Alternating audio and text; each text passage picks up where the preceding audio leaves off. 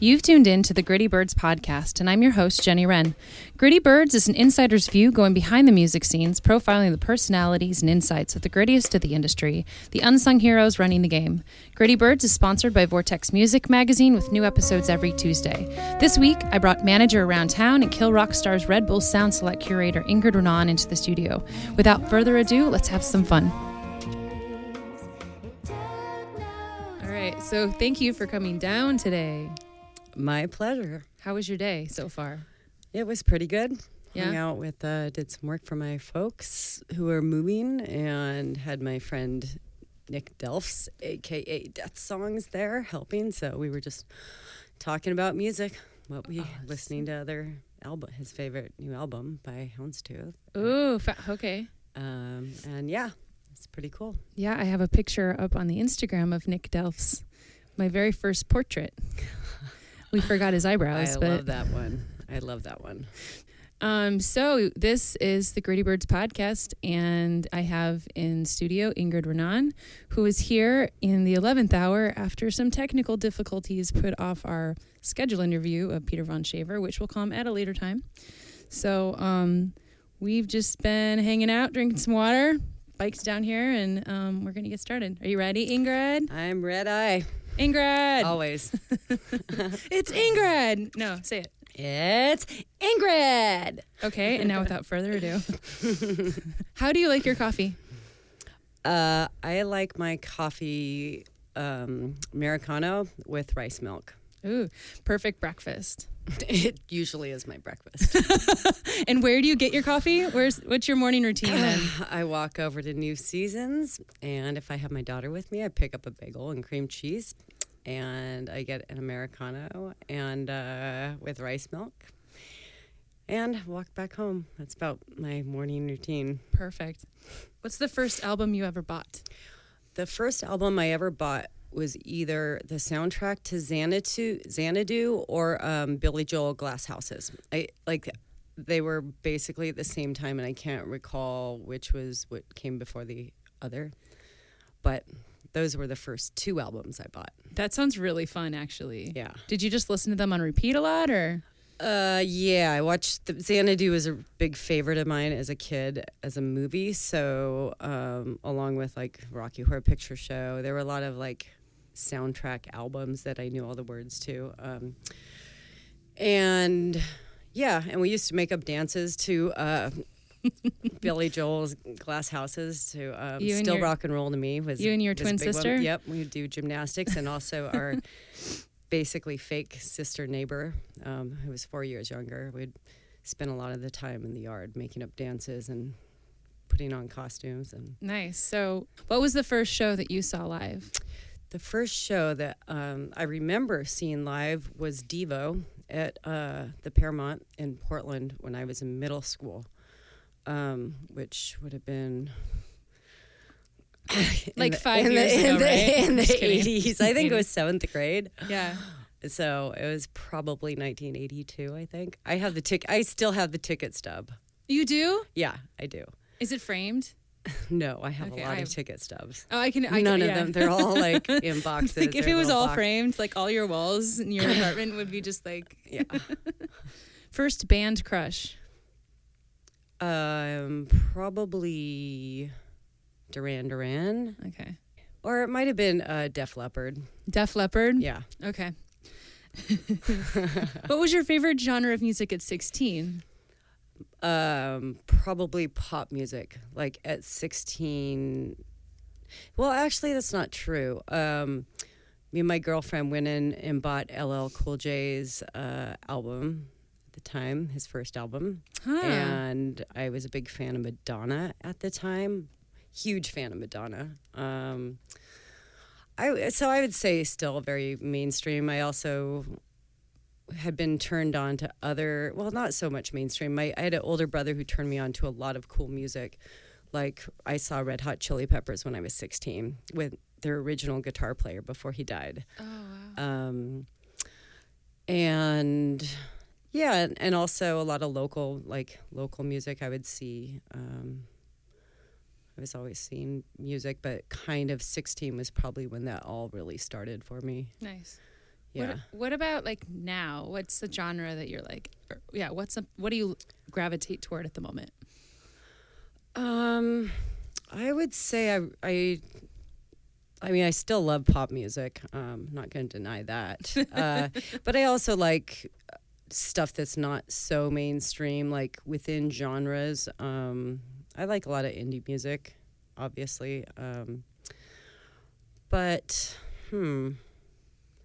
Yeah, I mean, I like a lot of local music, and, like the last concert I saw that wasn't a local, like, that was a national band, was Father John Misty. I like him a lot.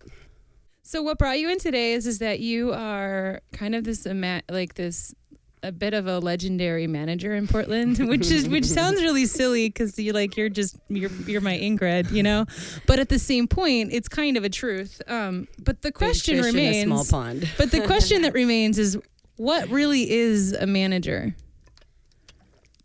What is a manager? I would say, to keep it simple, a manager is someone who helps an artist take care of all of those details that allows an artist to be an artist and not have to focus on the business side of things, including day-to-day planning into the future, 1, 2, 3 years at times, but really being the connecting factor between all aspects of an artist's career. Okay. Who was the first band that you managed? The first band I ever managed on my own was Starfucker. And the first band just before that, probably a few months before that, the first band I ever managed, I co-managed Panther with Maggie Vale from Kill Rock Stars. Oh, yeah. Well, at the time, we were both at Kill Rock Stars. And Maggie was married to Charlie from Panther. Okay. Oh, okay. I didn't remember that. Starfucker ended up being a one of the bigger success stories out of Portland. What do you think was one of the secrets to their success? They were very committed to who they were, and they were really willing to just go for it from the very beginning. Their first full U.S. tour was a headlining tour, not because they were big, but it was hard for them to get on any other tours with their name.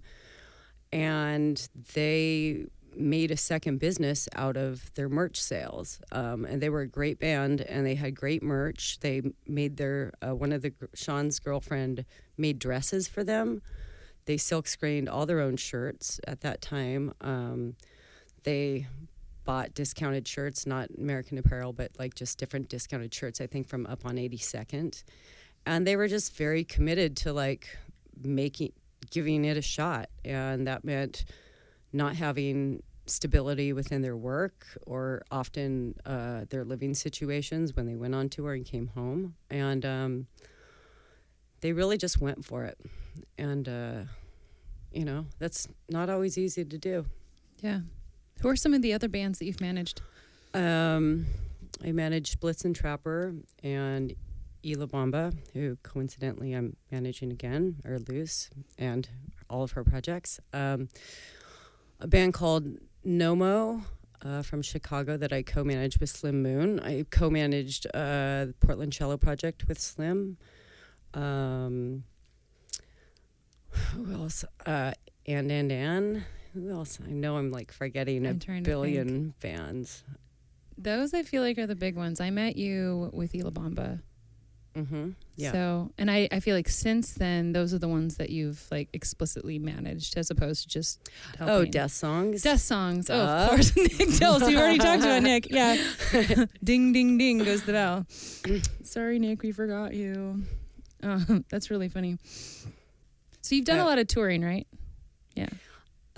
What do you mean by that? So one of the things that you've done before, as a manager, is you've done a little bit of tour managing, kind of touching base. Yeah, and actually I've probably done more not more on the road, but kind of been sometimes more involved in tour side when I was a day manager for Slim Moon. Right. So that when he was working with Tao and the Get Down, Stay Down there were a few times I went on the road with them a little bit, but there was just a lot of kind of doing tour managing from home. As far as being on tour, mostly was just hitting big cities on first album runs and a lot of festivals. Typhoon. You managed Typhoon. Right. I think I said that. I don't think you did. No. Oops. Oh, well. Do you have any favorite places that you've traveled? I love Hawaii. Yeah. I really love Hawaii. I kind of loved it before I ever even went there. I think it was like, I always felt as a child that it was part of my history in some other parallel universe or past life. I have no idea. Yeah, Hawaii is a big favorite of mine. Have you ever done anything with music in Hawaii, or has that always been a very separate location for you? Hawaii doesn't have a lot of music in this sort of the indie realm besides kind of local traditional Hawaiian music and cover bands. And that was a big factor for me when I moved there. I lived there for 6 months, and it was really hard for me to be away from the Portland music scene. I loved being in nature, and because that's something that I love. I love hiking, but the lack of music was really hard for me, and I eventually left and went to LA and started helping a couple bands up there and booked a tour for them. It was the first time I booked a tour, and then I moved back with them as they went on tour. Put my motorcycle on the back of their converted school bus, drove up to Portland, and here you came. Yeah. I love how I don't even have to ask them. You the questions. You already jumped into them. Like, how did you get back into music? So then, when did you get involved with Kill Rock Stars? Were you doing stuff independently before you joined up in Olympia? Yeah, I was booking a small club, the Egyptian Room in Portland, in the early '80s, and when they closed, I was trying to figure out what I was doing. I decided I needed to go back to Evergreen and or go back to school. So I went. My last 2 years of college, I moved to Olympia and went back to Evergreen. And the last part of my school, I did an internship at K Records, and I continued to put on and promote shows in Olympia, quite a few actually. I was often putting on shows and or working with the Capitol Theater to put on shows there, and yeah, that's kind of how I got, well, and then as far as getting involved with Kill Rock Stars, like fast forward a few years, I was playing music with Portia, who now runs Kill Rock Stars. She was helping out just this band for a school that I was teaching and at. has one of my favorite radio shows talking about the future of what? The future of what on is X-ray? So good. Yeah. Tuesdays from, what is it, noon to 2 or something. It's a great show. It's on iTunes as well. Oh, it's so good. That was not a commercial, but like it's really actually quite good. You should check it out. Yeah. But Portia and I were playing music, and she was in the middle of getting her PhD, or maybe it was after the fact. And Portia has her PhD? She has a PhD in cultural anthropology from Columbia. Wow. She's brilliant, but she and Slim were dating, and so she moved to Olympia to study the Evergreen students. It's great. Anyway, she was temporarily doing the production job at Kill Rock Stars, and I was playing music with her, and I said, hey, if there's ever a chance to, I'd love to get back involved in music. I had just had a baby, and I was really kind of out of the loop a little bit, and I was kind of starving. I forgot that was after your daughter. Yeah. I started working there when she was 18 months old. So I applied so then she was leaving the job. I applied for the job as a head of production. I didn't get the job, and they hired someone else. And then I think they called me back 6 months later and said, this other person didn't work out. Would you like the job? I said, hell yeah. Let me in. I want all this here. Yeah. Do you have a favorite artist that they've ever worked with in the roster? Well, I mean, Elliott Smith is a big favorite. Oh, yeah. I mean, I think a lot of their classic artists, it's kind of, in a weird way, Bikini Kill has been kind of come up more for me more in recent years than when I actually worked at the label, even though I worked with Toby, who was in the band, which I didn't know for a long time, Oh. which was kind of weird. But yeah, I mean, they have so many great, like, they've had so many great artists that, you know, it's like you can name the obvious ones, but, you know, Sleater Kinney was great. Gossip was great.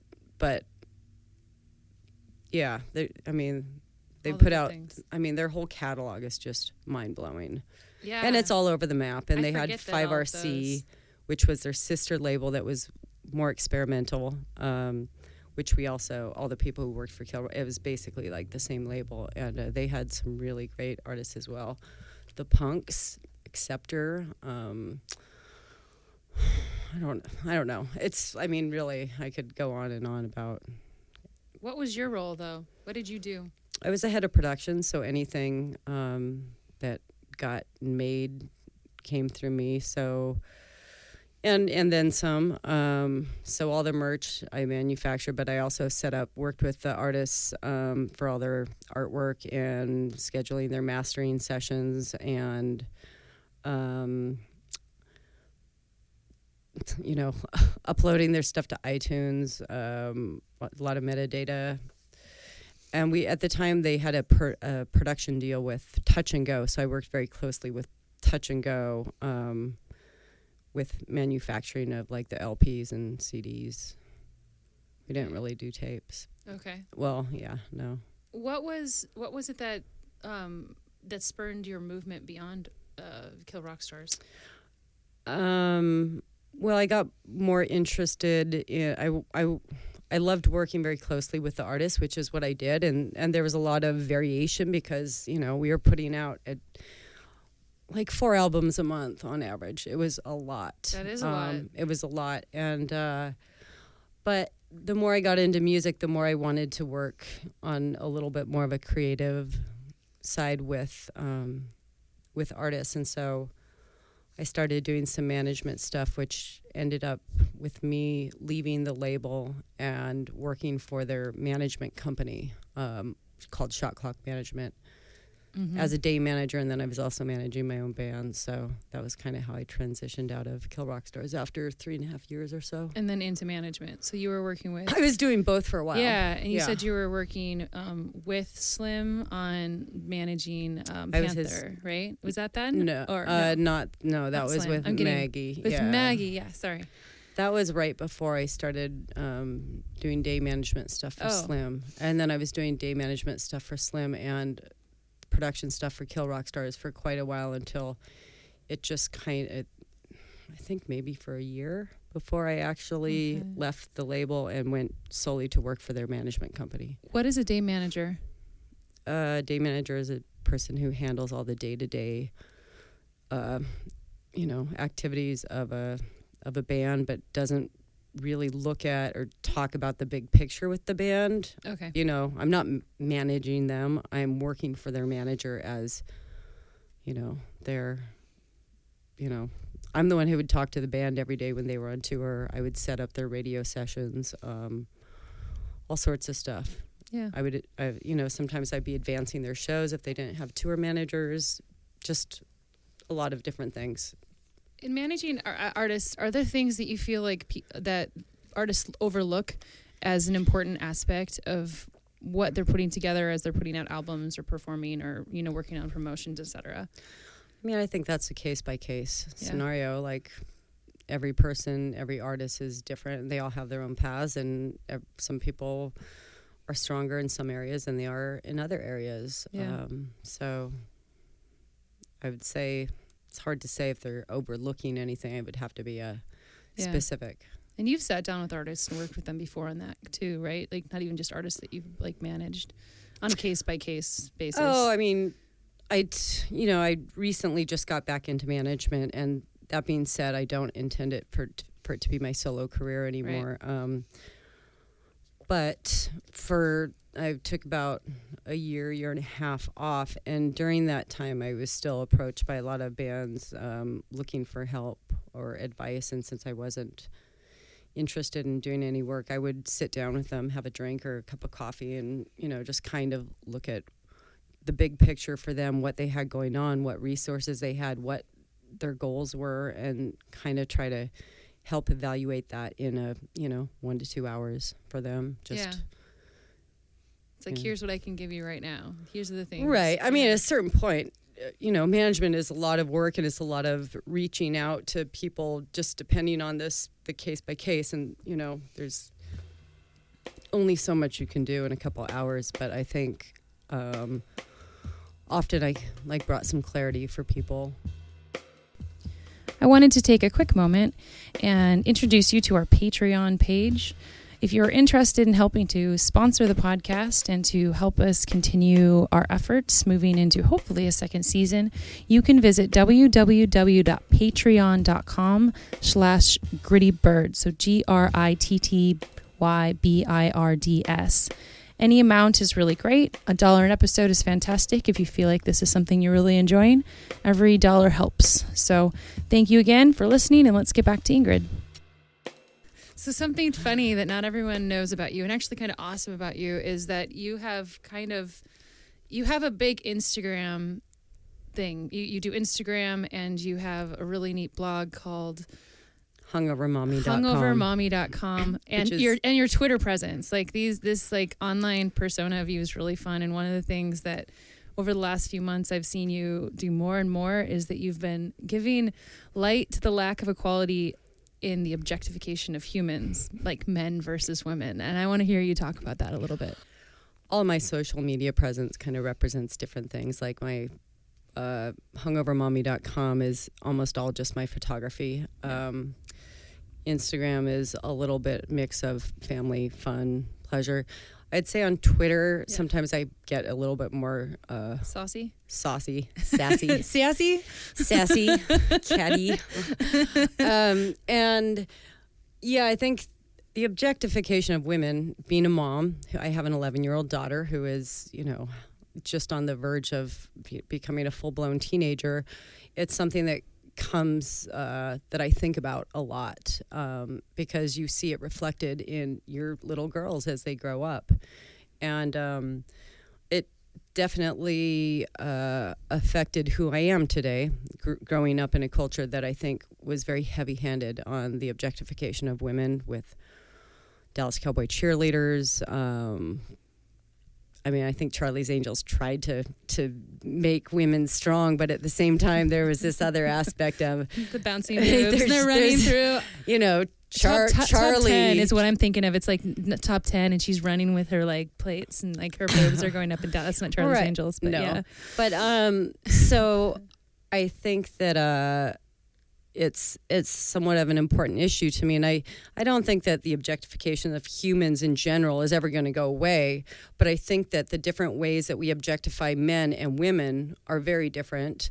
And for one, I would like to see, if we're going to objectify people, let's see more equality in it.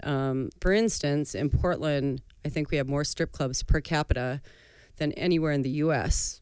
We have now 2 male strip clubs. Out of all the strip clubs, there's 2 male strip clubs, and they're geared towards gay men. There's no strip clubs geared towards straight women. I find that a lot of straight women go, and myself, not that I go to strip clubs that often, but when I do, I often are, at strip clubs for men. And yeah, I just think that there should be a little bit more balance, and when we objectify men, I feel like it's a little bit more where the objectification of women tend to come at a price, and it comes at a price for our little girls, who are going to grow into adults. And my daughter has a great dad, and I think that's a really good thing, because I'm kind of a weird mom, but nobody's perfect. No.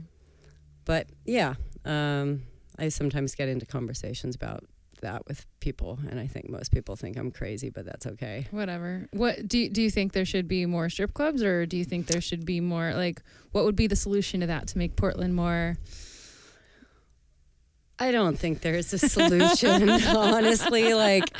I think just bringing like acknowledgement to the table and to talk to our kids about it so they understand it, so they don't feel like so our little girls don't feel like all they have to offer are their looks, especially in a culture where women hit a certain age and you start disappearing and men hit a certain age and they just become more attractive. Like, and I have a very beautiful daughter and people tell her that all the time. And I don't even, it's like, she knows that. She doesn't need to know that. Right. She needs to know that she's smart and funny and creative and all these other things that aren't just focused on something that you can't even really control as a person, I guess women in the industry has been something that came up a lot recently with like the whole Willamette Week thing. And I guess, what are your thoughts on when you say Willamette Week thing, are you talking about the best new band? Lack of women in the best new bands? Yeah. And I guess we could talk about that specifically, but I guess in talking about objectification of like men and the flow of how we're looking at women and when they're becoming too old to be on stage, for example, like what are some things you see there? I don't know. Well, I'm trying to think. Yeah, I'm not exactly sure what you mean, but it's a thing I'm just thinking about. I think right now, but well, I think certainly starting out before your career is established, there's definitely especially in the major label world. Like if you're not like a pop star by 22, but 26, you're kind of too old to be getting into the business. If you're talking mainstream music, not talking about like indie like, rock. Right. But yeah, I mean, in general, like a lot of areas, the women in the music business are not always treated as equals and, I think not always given the respect that they deserve. I also know some really rad women in the music industry who have kicked ass and continue to kick ass, but they've had to, really fight for what they've got. Yeah. Good. Let's keep fighting for what we got. Yeah. That's so funny. You also are quite a gifted photographer. You mentioned your blog a little bit earlier. When did you first start shooting photos? I've been taking photos probably for a long time, probably since sometime in my 20s. I prefer to shoot on analog film, I prefer to shoot film, which we call analog. Very much like recording to tape. It's like recording to tape, yeah. Both my mom and my grandfather were photographers, and both of them had dark rooms in their house. So I grew up with a dark room in my house, but I never really learned to print because I wasn't that interested in photography until after I left my home. But I do have all of their cameras and lenses and darkroom equipment, and I'd say I got probably more into photography in my late 20s. As I go back through all my photos, definitely probably when I went back to college at 26 in Olympia. Mm-hmm. But even before that, but I think that's kind of when I really got passionate about it again. And my photography has often just been based about a lot of documentary photography, a lot of just my life, which often included music. Mm-hmm. So whether it was like live shows or sometimes just press photos for bands I was working with. Sometimes, one of my photos has been on, album cover art, and some others have been inside albums. I did win a big prize, first prize, which was not a film photo. It was a photo of my daughter and her cat, and it was a Vice Scion. And your Vice cat magazine. Wait, what? You had a cat? Yeah, she was my husband's ex-husband now at the time's cat. Oh, okay. I'm sure you've seen it, but anyway, that I won a couple $1,000s with that. That was wow. pretty nice. Yeah, that must have been nice. It was nice. Did you go to Hawaii? Take more pictures? No. I did. Well, I've taken a lot of pictures and shot a lot of Super 8 in Hawaii, but no, I didn't. I probably just bought some musical equipment or something. I don't know. What's your favorite camera to shoot on? I always shoot on Nikons, but that's kind of all the gear I have. Although I do have a medium format Mamiya, and I have a large format that I've never really used that was my grandfather's that is actually loaded with film as we speak. But Really? yeah. So it's got to be safe for something super special. Well, it's probably going to be really weird. I mean, the film for that kind of camera is way outdated, but this was black and white. It's like sheets, and it's a whole nother format of using cameras like that Interesting. I had to learn from Ed at Hollywood Cameras. Like, just showed it to him, and you're like, I don't know what I'm doing, and Yeah, exactly. and he's like, this is what this is. My grandfather was dead when I got the camera, so he next- couldn't show me. Do you have any particular light that you prefer to shoot in?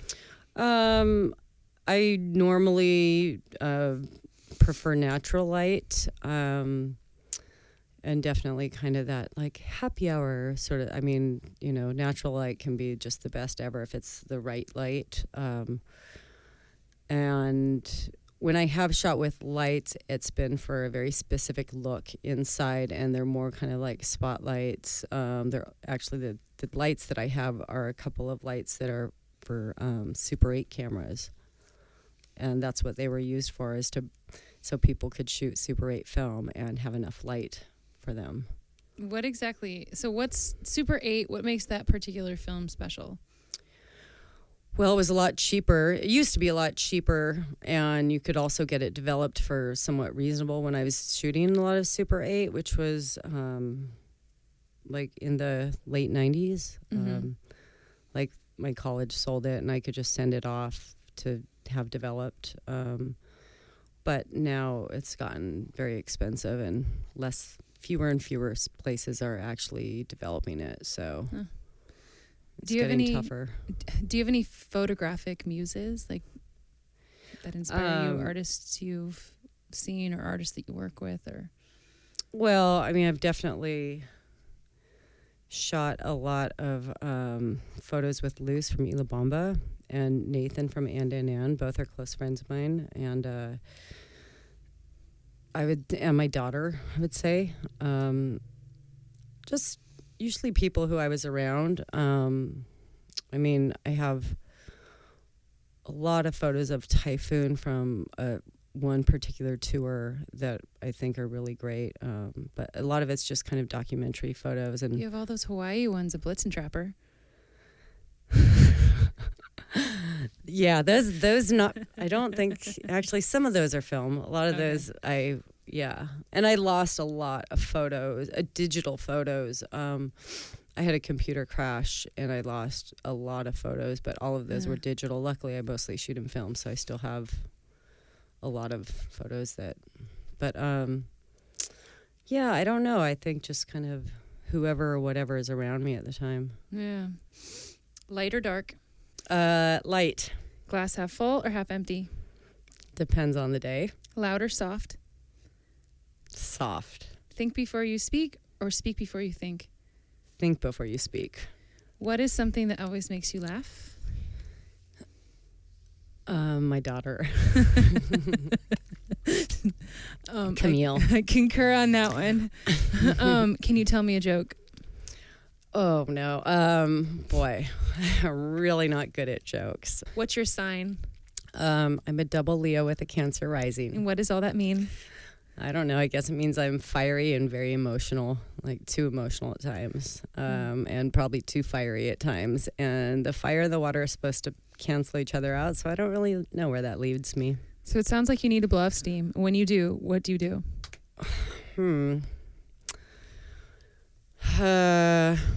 Talk a lot of shit to my friends.